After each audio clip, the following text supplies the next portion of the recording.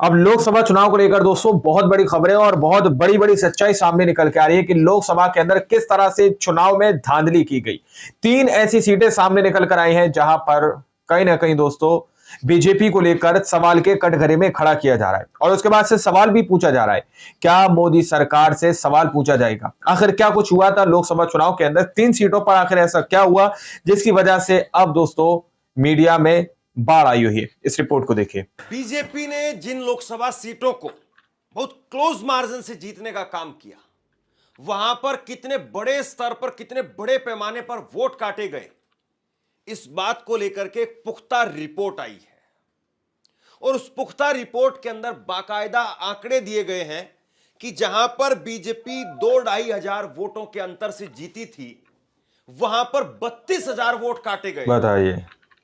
चुनाव आयोग के नियमों का सीधे तौर पर उल्लंघन हुआ और ये कई सीटें हैं।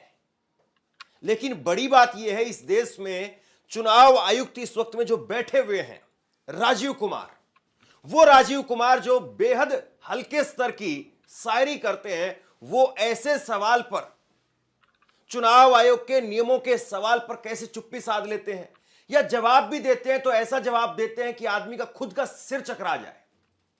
मैं आपको 3 लोकसभा सीटों के जो आंकड़े निकल करके सामने आए हैं, न्यूज लॉन्ड्री ने एक बेहद विस्तार में खबर की है और उसमें बाकायदा सबूत के साथ में, तथ्यों के साथ में बताया है कि कैसे, कितने मार्जिन से बीजेपी जीती और उसके बाद में कितनी बड़ी संख्या में वहां पर वोट काटे गए थे। उसको डिटेल में आप समझिए। समझिएगा, बहुत अहम वीडियो है ये दोस्तों, दिखाने वाला समझने के लिए। राजीव कुमार से ही जुड़ी हुई है। आपको याद होगा, सुप्रीम कोर्ट के एडवोकेट महमूद पराचा ने पंजाब हरियाणा हाई कोर्ट के अंदर एक याचिका लगाई थी और उस याचिका के अंदर कहा था कि हमें जो दस्तावेज अभी तक सार्वजनिक थे, वो सार्वजनिक दस्तावेज हमें दिए जाएं, वेबकास्टिंग हमें दी जाए। इस प्रकार से उन्होंने कुछ चीजें मांगने का काम किया था कि सीसीटीवी की रिकॉर्डिंग वो हमें दी जाए। इस पर राजीव कुमार ने जो जवाब दिया है, उस जवाब को आप सुनिएगा और अगर वो जवाब आपके गले उतर जाइए तो बताइए। राजीव कुमार ने इसको लेकर के क्या कहा? राजीव कुमार ने इसको लेकर के कहा है कि अगर कोई आदमी अगर पूरी सीसीटीवी फुटेज को देखने के लिए बैठेगा तो 3600 साल लग जाएंगे। कितने साल? 3600 साल। मतलब एक ऐसी उन्होंने बात कह दी जिस बात का ना सिर ना पैर। तो सिर पीट लेगा अपना कि भाई 3600 साल कैसे। उन्होंने क्या तर्क दिया है, मैं आपको दिखाता हूं। वो कह रहे हैं कि देश के अंदर 10.5 लाख बूथ हैं और 10.5 लाख बूथों पर अगर सुबह 7 बजे से लेकर के और शाम को 7 बजे तक का अगर आंकड़ा जुटाया जाए और उस आंकड़े को कोई आदमी अगर देखने के लिए बैठेगा तो 8-8 घंटे के हिसाब से अगर वो रोज आदमी देखता है तो उस आदमी को 1 करोड़ घंटे टोटल जो है वो समय लग जाएगा। 1 करोड़ घंटे की फुटेज देखने में और 3600 साल लगेंगे। बताइए। मतलब गजब की बात ये है। आप उनका तर्क सुनिए। अब किसी को देखना है, मान लीजिए मुझे अगर कोई फुटेज देखनी है तो जरूरी थोड़ी ना मैं पूरे देश की फुटेज लेकर के अपने साथ में बैठूंगा। मैं तो वहीं की देखूं जब मुझे गड़बड़ दिखेगी ना। मुझे किसी की फुटेज देखनी है तो मैं देखूंगा भाई अमरोहा के अंदर क्या हुआ था, आगरा की सीट पर क्या हुआ था, वाराणसी में क्या हुआ था, या मैं देखूंगा कि अहमदाबाद में क्या हुआ था, चांदनी चौक में क्या हुआ था। मैं ऐसे ही तो चेक करूंगा, मैं ऐसे थोड़ी ना देखूंगा कि पूरे देश में क्या हुआ था। बड़ा गजब का कुतर्क लग रहा है मुझे तो। बाकी आप देखिए।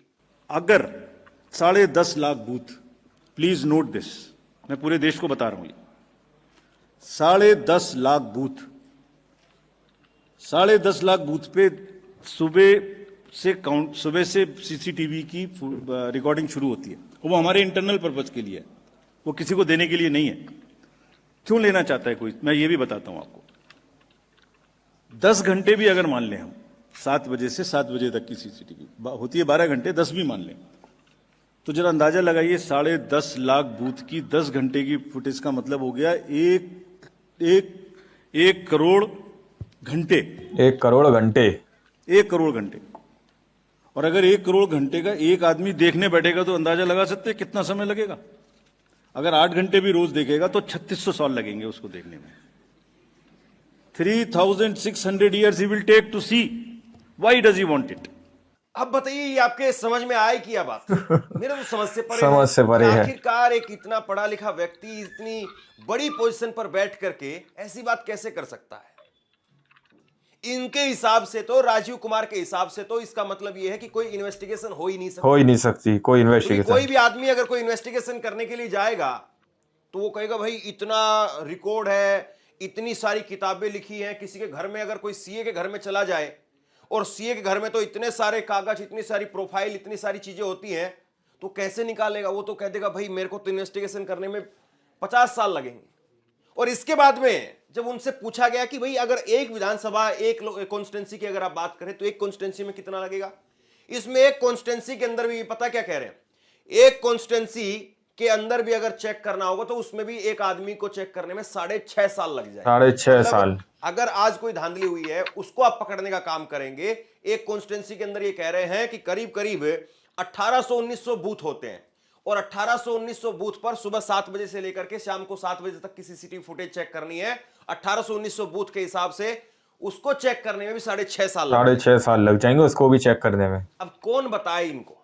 इतनी सी बात है कि अगर आपका काम यह है कि आपको फुटेज देनी है, आपका काम यह नहीं है कि मैं कैसे चेक करूंगा, आपको रोटी देनी है। रोटी मैं खाऊंगा, कैसे खाऊंगा ये मैं पता है। वो कैसे खाऊंगा, कितनी खाऊंगा, कितनी छोड़ूंगा, मैं पैसे दे रहा हूं या मैं बाकायदा जो है वो आपसे प्रोसीजर के थ्रू मांग रहा हूं। आपको फुटेज देनी है, आप फुटेज दीजिए ना। फालतू की बकवास क्यों, फालतू की बात क्यों? आप फुटेज दीजिए, मैं खुद चेक कर लूंगा कि मेरे को डाउट हो रहा है कि मुझे फला बूथ की देखनी है, फटाक से उसको आगे करेंगे, फटाक से उसको। आजकल तो बहुत ज्यादा सॉफ्टवेयर मार्केट के अंदर उपलब्ध है, आप उसमें कुछ भी ऐसा सॉफ्टवेयर डाल दिए वो फास्ट फॉरवर्ड कर देगा उसको। 2x की स्पीड पर हम उसको लेकर के जाएंगे और 2x की स्पीड पर ले जाकर के फटाक से देखेंगे। अभी 15 मिनट की वीडियो है हमारी, मान लीजिए आप सॉफ्टवेयर लगाइए या 2x की स्पीड करिए, 5 मिनट में खत्म हो जाएगी। तो ये राजीव कुमार ने पता नहीं किस तरीके के तर्क दिए। अब किसी को भी चेक करना होगा तो चेक करने वाले की सिरदर्दी है, डाटा देने वाले की सिरदर्दी नहीं है कि कितने साल लगेंगे। बिल्कुल। लेकिन वहां पर जितने लोग बैठे थे उन्होंने कह दिया, उन्होंने शेर व शायरी कही, वो ताली बजी, बात खत्म हो गई। चलिए एक कॉन्स्टिट्यूएंसी की बात करते हैं। एक कॉन्स्टिट्यूएंसी की फुटेज भी अगर दे दें कैंडिडेट के लिए, वो भी देखिए। वहां पर एक कॉन्स्टिट्यूएंसी में करीब करीब 1800-1900 बूथ होते हैं एक पार्लियामेंट्री कॉन्स्टिट्यूएंसी में। उसको भी अगर 10 घंटे देखना पड़ेगा तो 6.5 साल लगेंगे। तब तक ईपी का भी टाइम निकल जाएगा, टेन्योर भी खत्म हो जाएगा। क्यों लेना चाहता है कोई? और लेके मिसयूज करते हैं लोग। We have examples. Again commission बहुत डेलिब्रेट डिसीजन लेके बहुत ही जिम्मेदारी के साथ आगे किसी के भी राइट को अफेक्ट नहीं करना चाहता, बिकॉज पूछने का अधिकार सबका है, मांगने का अधिकार सबका है। लेकिन मिस्चीवियस चीजों पर भी हम क्रिमिनल एक्शन ले सकते हैं, लेकिन रुक जाते हैं। अब आते हैं दूसरी बड़ी खबर पर जो हमारी खबर का हिस्सा है। 3 लोकसभा की सीटें, न्यूज लॉन्ड्री ने खबर की है, भाजपा द्वारा जीती गई 3 लोकसभा सीटों पर चुनाव आयोग के नियमों का उल्लंघन हुआ है। 3 सीटों पर लोकसभा की 3 सीटें। कई पन्नों की रिपोर्ट है, चुनिंदा कुछ अंश जो है मैं आपको दिखा रहा हूं। सुमेधा मित्तल की रिपोर्ट है। इसमें क्या कह रहे हैं कि फर्रुखाबाद, मेरठ और चांदनी चौक के सर्वेक्षण के बाद में हमने जो पाया उसके कुछ अंश इस प्रकार हैं। उत्तर प्रदेश के फर्रुखाबाद में 32,000 से ज्यादा मतदाताओं के नाम सूची से हटाए गए। गौर से सुनिए, 32,000 मतदाताओं के नाम फर्रुखाबाद के अंदर लिस्ट से हटा दिए गए। 32,000 पता है आपको कितना बड़ा आंकड़ा होता है? बहुत बड़ा आंकड़ा होता है चुनाव के लिए, हार और जीत के लिए। यहां पर जीत का अंतर मात्र 2678 था। बताइए, जीत का अंतर था 2678 बस मात्र, और वोट हटा दिए गए 32,000।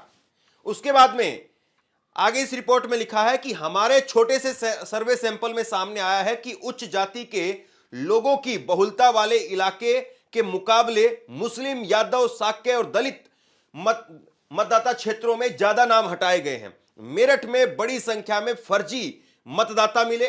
यहां 2 बूथों के सर्वे सामने आए हैं जिसमें मौजूदा सूची में 27% मतदाता फर्जी है। 27% चुनाव से पहले मतदाता सूची में करीब 1 लाख मतदाताओं को जोड़ा गया।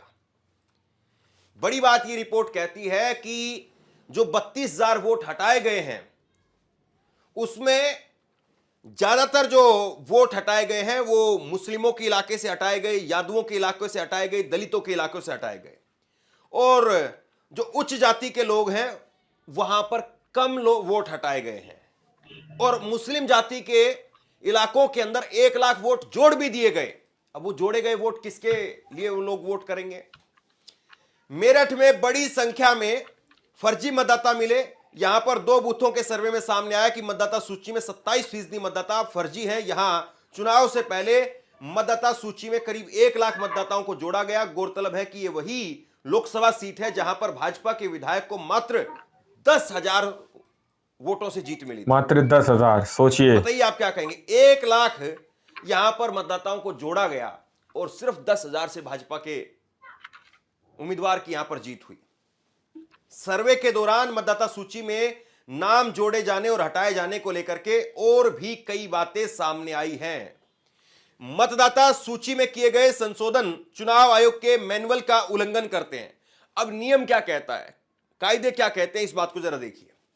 जिसके अनुसार मतदाता सूची में 2% से अधिक नाम हटाए जाने की स्थिति में निर्वाचन पंजीकरण अधिकारी द्वारा व्यक्तिगत सत्यापन अनिवार्य है, तब भी जब मतदाता पंजीकरण नियम 1960 के नियम 21A के तहत निर्वाचन पंजीकरण अधिकारी को मृत व्यक्तियों या स्वप्रेरणा से अपना निवास स्थान बदलने वाले लोगों को नाम हटाने का अधिकार है। अब जरा आसान भाषा में समझिए क्या कहना चाह रहे हैं।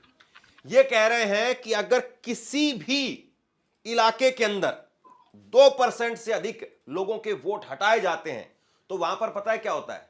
वहां पर यह होता है कि चुनाव आयोग के जो बड़े अधिकारी हैं वो बाकायदा जमीन पर जाकर के एक एक वोट की पड़ताल करते हैं। ग्राउंड रिपोर्ट मतलब मान लीजिए कि अगर कहीं ऐसा होता है कि थोड़े बहुत वोट कहीं पर कट रहे हैं या थोड़े बहुत वोट कहीं पर जुड़ रहे हैं तो उसको ज्यादा सीरियसली नहीं लिया जाता है।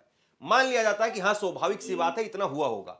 लेकिन अगर कहीं पर मान लीजिए कि अगर कहीं पर जो है वो 1000 लोगों की बस्ती है और 1000 लोगों की बस्ती में अगर 200 लोगों के वोट काट दिए गए हैं तो फिर चुनाव आयोग के अधिकारियों का काम है कि वो उस बस्ती में जाकर के सारे 1000 लोगों के सर्वे वन बाई वन करेगा कि यहां पर कोई गड़बड़ी हुई है या धांधली हुई है। अगर 2% से ऊपर चला जाता है मामला तब समझिए ये नियम क्या था। यहां पर ऐसा कुछ नहीं हुआ। तो आप लोगों ने इस वीडियो को शुरू से आखिर तक देखा। वीडियो के अंदर साफ तौर पर बात की गई है कि 3 सीटों पर तकरीबन धांधली जैसी स्थिति देखने को मिली है, जहां पर वोट जो है काटे गए और वोटों को बढ़ाया गया, यानी वोटर लिस्ट से वोटरों को काट दिया गया और वोटरों को बढ़ाया गया। किस तरह से किया गया वो आप लोग के सामने यहाँ पर रखा गया है। अभी मैंने पिछली रिपोर्ट करी थी, आप लोग के सामने रिपोर्ट लेकर आया था मैं दीपक शर्मा जी की, जिसमें आप लोगों को बताया था कि किस तरह से वोटों का हेरफेर दिल्ली के अंदर भी इसी तरह की स्थिति चल रही है। वहां पर खुलासा किया गया कि वहां पर भी बिसात बिछा दी गई है दोस्तों, दिल्ली के अंदर भी इसी तरह से कि वोट काटे जाएंगे, वोट परसेंटेज बढ़ाया जाएगा, इस तरह से उसके अंदर भी खुलासा किया गया था। अब आप लोग इस पूरी रिपोर्ट को देखने सुनने के बाद क्या सोचते हैं, क्या समझते हैं, अपनी राय कमेंट सेक्शन में जरूर दीजिएगा। मिलते हैं अगली वीडियो में, जब तक करिए जय हिंद जय भारत।